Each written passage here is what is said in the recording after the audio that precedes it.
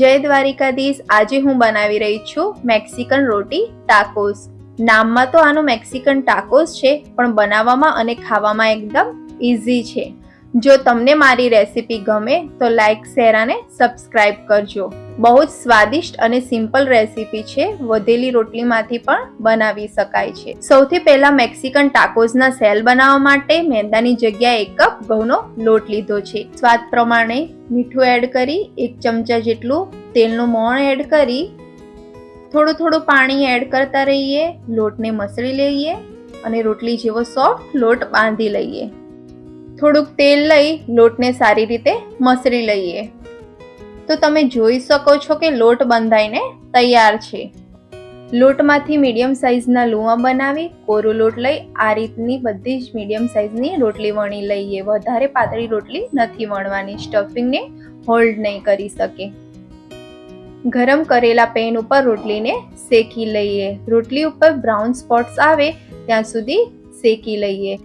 આ રીતે બધી જ રોટલી શેકી લઈએ। રોટલીને અધકચરી શેકવાની છે, પછી તેમાં સ્ટફિંગ ભરીને ક્રિસ્પી કરી લઈશું। હવે એક પેનમાં 1 ચમચા જેટલું તેલ એડ કરી દઈએ। 3 સૂકા લાલ મરચાં એડ કરી દઈ 1 મિનિટ માટે ક્રિસ્પી થાય ત્યાં સુધી સાતળી લઈએ। જો તમે તીખું ખાતા હોય તો 1-2 મરચાં એડ કરી શકો છો। મરચાંને સાઈડમાં રાખી આ જ તેલની અંદર 1 કપ ડુંગળીને એડ કરી દઈએ। તેને બરાબર સાતળી લઈએ। વધારે બ્રાઉન કરવાની નથી। અડધા કપ જેટલા કેપ્સિકમ એડ કરીને તેને બરાબર મિક્સ કરી લઈએ। 2 મિનિટ માટે તેને સાતળી લઈએ। સ્વાદ પ્રમાણે મીઠું એડ કરી દઈએ। 1 ચમચી જેટલી આદુ મરચાંની પેસ્ટ એડ કરી તેને બરાબર મિક્સ કરી લઈએ।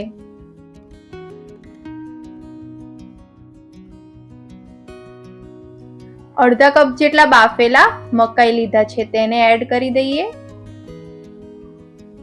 અને બરાબર મિક્સ કરી લઈએ।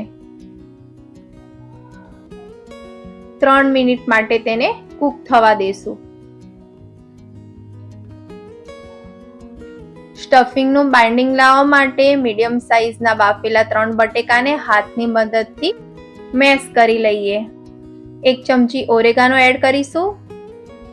1 ચમચી ચાટ મસાલો એડ કરીએ અને કોથમીર એડ કરીએ। બધી જ વસ્તુને બરાબર મિક્સ કરી દઈએ।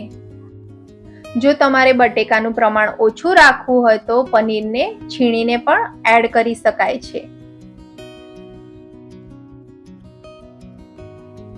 બટેકા બરાબર મિક્સ થઈ ગયા છે। સ્ટફિંગ બનીને તૈયાર છે। આ મરચાં સાંતળીને રાખ્યા હતા તેમાં મીઠું એડ કરી મરચાં અને મીઠાને હાથની મદદથી ક્રશ કરી લેશું। મરચાં સાંતળેલા હતા તેથી હાથની મદદથી બરાબર ક્રશ થઈ જશે। જોઈ શકો છો મરચાંનો એકદમ ચૂરો થઈ ગયો છે। મરચાંને બનાવેલા સ્ટફિંગમાં એડ કરી દઈએ। અડધા લીંબુનો રસ એડ કરી દઈએ। મરચાં, લીંબુનો રસ અને બટેકાના સ્ટફિંગને બરાબર મિક્સ કરી લઈએ।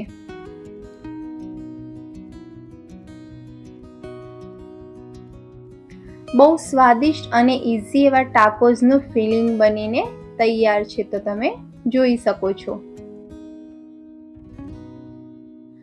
રોટી ટાકોસ બનાવવા માટે આપણે 1 રોટલી લઈ લઈએ। એમાં 1 ચમચી જેટલો ટામેટો સોસ સ્પ્રેડ કરી લઈએ। તો તમે આને વધારે તીખું ચટપટું બનાવવા માટે પિઝા સોસ અને શેઝવાન સોસ લઈ શકો છો। હવે તેની એક બાજુ મોઝરેલા ચીઝ સ્પ્રેડ કરી દઈએ। તમે ચીઝ ક્યુબનો ઉપયોગ કરી શકો છો। ચીઝ ઉપર તૈયાર કરેલા સ્ટફિંગનું લેયર કરી દઈએ। હવે પાછું થોડુંક ચીઝ એડ કરીને રોટલીને આ રીતે ફોલ્ડ કરી દઈએ। તો તમે જોઈ શકો છો કે ટાકોસના શેપમાં આવી ગયું છે। આ રીતે આપણે બધા ટાકોસ રેડી કરી લેશું। રોટી ટાકોસને શેકવા માટે અડધી ચમચી જેટલું તેલ તવા ઉપર લઈ લઈશું। ટાકોસને આ રીતે ઊભા રાખી અને શેકી લેશું. આ રીતે હાથની કે તવેથાની મદદથી ઊભા કરીને નીચેની બાજુ ક્રિસ્પી કરી લઈશું. તેને પલટાવી લઈએ.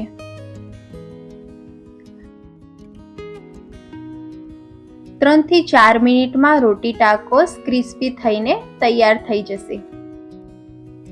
ઉપરથી ક્રિસ્પી અને અંદરથી ચટપટા સ્ટફિંગ સાથે એકવાર આ રોટી ટાકોસ જરૂરથી ટ્રાય કરજો. તો ટાકોસને વધુ સ્વાદિષ્ટ બનાવવા માટે મેં આ રીતે સેવ લગાવી લીધી છે. આનાથી બહુ જ મસ્ત સ્વાદ આવે છે.